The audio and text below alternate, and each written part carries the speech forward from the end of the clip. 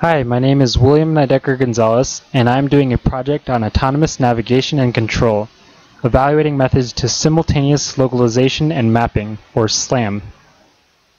So as you may have heard in the news recently, there was a recent Malaysian plane flight crash, number 370, where hundreds of people have gone missing. And right now, scientists are using autonomous underwater vehicles in a huge search operation using the technology known as SLAM to map and visualize the ocean floor to look for this plane flight. So what is SLAM? After giving a little background, SLAM is simultaneous localization and mapping, as I said before, and it uses complex geometric formulas and trigonometric functions for a robot to scan and visualize the environment around it, as well as position itself so it can know where it is relative to all the objects surrounding it.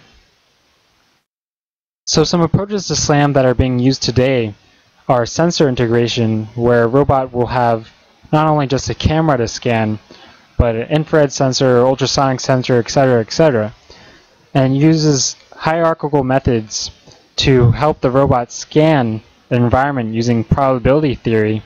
So let's say the robot is scanning a glass door. Obviously the camera is not going to return the best quality data, so it'll weigh the ultrasonic sensor over the camera. So getting into my project, my thesis was, as autonomous robots such as driverless cars are used in novel environments, scanning images of an environment using fast scanning algorithms will improve upon the efficiency of mapping as compared with current standard methods. And an overview of my project, I did a simulation of SLAM algorithms and scanning speed using different sensors that were working together.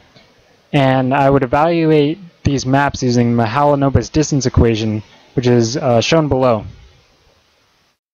So the initial goals and objectives of my project were to take a mobile robot, such as an iRobot Roomba, and a Kinect Xbox sensor, and I would put those together, couple them together. You know, these are two things you can get fairly well priced at Best Buy, local Best Buy, to navigate an environment and map it. And I would analyze these physical environment tests. So my experimental process involved using online open source code from something known as Gazebo. I would then start a virtual world and run in autonomous mode in that virtual world and start mapping and visualizing. And after that was done, I would analyze my results. So here's my project setup. This is all on my laptop. I did a few tests with the physical environment, but unfortunately I wasn't able to show those here. But here on the left side you can see an odometry compiler where the robot is ready to go, ready to start scanning. It's ready to localize itself from its initial position by keeping track of how far its wheels have spun. And on the right is the completed scans of a simple cube in the bottom left and a cylinder in the top right. And as you can see, as the speed increases relatively, the quality of the maps goes down as it approaches the right picture. And my results, here's a graph on the bottom right, bar graph, showing the Mahalanobis value versus the speed of the scanning. The Mahalanobis value, when it's a value of 0, means it's a perfect scan.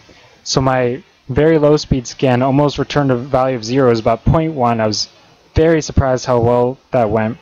But as you can see, the Mahalanobis value gets higher and higher, and efficiency goes down with the faster scanning speed, which unfortunately I did not think would happen.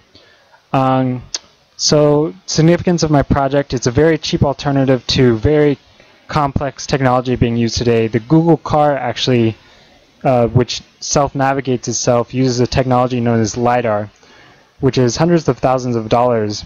So this was a open source project that I did. It's something simple that high school students like me can do for very small amounts of money, very cheap. And I was very surprised at the quality of maps that my programs generated from doing this project. And that's it. Thank you.